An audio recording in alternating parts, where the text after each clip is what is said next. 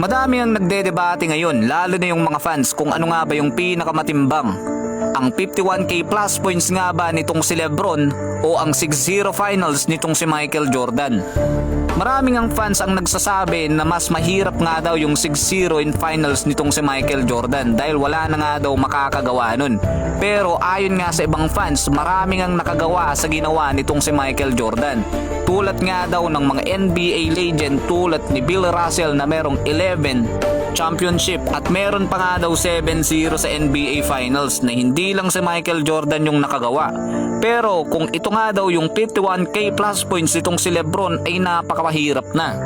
Dahil kung titignan mo nga daw to ay napakaraming puntos na kailangan mong maging healthy sa loob ng 2 dekada o higit pa, na dapat nagtatala ka ng halimaw na stats at hindi bumababa sa 25 plus points per game na naglalaro ka ng 76 games kada taon o kada season, na napakahirap nga nito.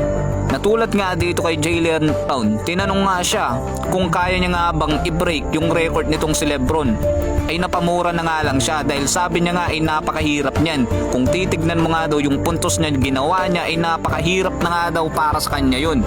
Lalo na pa nga daw kung gusto nilang i-break itong record ni Lebron na 51,000 plus points na talagang napakahirap talaga, na malabo na ngang mabubura at kahit sino ay hindi na nga magagawa. Kaya nga daw ito ay history ni Lebron na nakatatak sa lahat ng mga tao dahil siya lang yung nakagawa nito.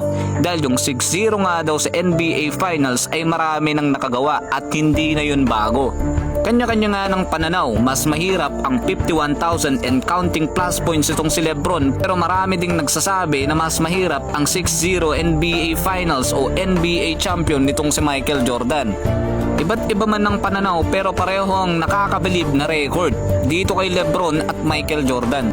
So para sa inyo, ano nga bang pinakamahirap na magawa dito sa NBA record? Ang 51,000 plus points and counting nitong si Lebron o ang 6-0 NBA Finals ni Michael Jordan? So i-comment yan sa baba at aking babasahin. Pero bago ang lahat, nais kong ipakilala ang isa sa pinagkakatiwalaang betting site, global or international. Ito yung Melbet. Pwede kang makakuha dito ng 6,000 pesos sa iyong unang pagdeposito. Gamitin lamang yung link na nasa comment section at huwag kalimutan yung promo code na LOYD. Andito na nga yung mga gusto mong tayaan tulad ng NBA, PBA at ibang liga man yan. Kaya ano pang hinihintay mo? Bet na!